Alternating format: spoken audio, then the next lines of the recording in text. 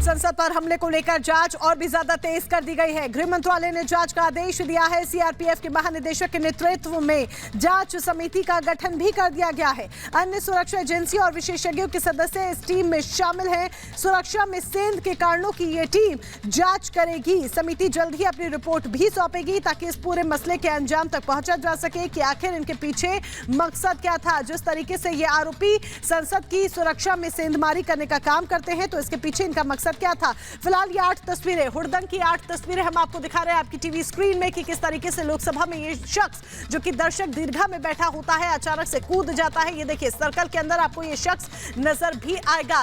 Chemical से spray किया जाता है, एक तरह का केमिकल स्प्रे संसद भवन के भीतर भी किया जाता है। और यहाँ पर देखिए बाहर जब प्रदर्शन हो रहा होता है तब भी ये केमिकल स्प्रे होता है। संसद में धुआं छा जाता है जब ये केमिकल स्प्रे जो पीले रंग का होता है ये किया जाता है। सांसदों ने इन्हें पकड़ा जब जिस तरीके से सागर नाम का ये शख्स विजिटर गैलरी से कूदता है, तमाम सांसद चौकन्ने तुरंत हो जाते हैं और फिर इस शख्स को पकड़ लेते हैं। इस केमिकल की जांच लगातार जारी है। हालांकि जो प्राथमिक जांच है उसमें सामने आया है कि बहुत हानिकारक केमिकल नहीं है, ये एक तरह का कलर स्प्रे है। आरोपी को गिरफ्तार कर लिया गया है। कहां तक तार जुड़े हुए हैं ये एक बड़ा सवाल जिसकी जांच पड़ताल की कोशिश की जा रही है। और आरोपी के पिता ने बड़ा बयान दिया है कि फांसी हो। तो सुरक्षा में ये बड़ी चूक यहां पर सामने आई है जिसको लेकर अब बहरहाल जो जांच पड़ताल है उसे अंजाम दिया जा रहा है और इस जांच को और भी ज्यादा तेज कर दिया गया है क्योंकि यहां पर सवाल का जवाब तलाशना बहुत ज्यादा जरूरी है कि जिस तरीके से ये हमला होता है, जिस तरीके से पूरा घटनाक्रम सामने आता है, दरअसल इसके पीछे की जो वजह है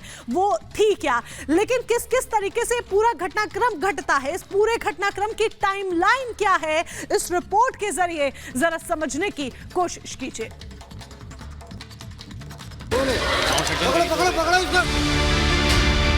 अगर इस देश में संसद सुरक्षित नहीं है तो फिर क्या सुरक्षित है? देश का कौन सा कोना सुरक्षित है?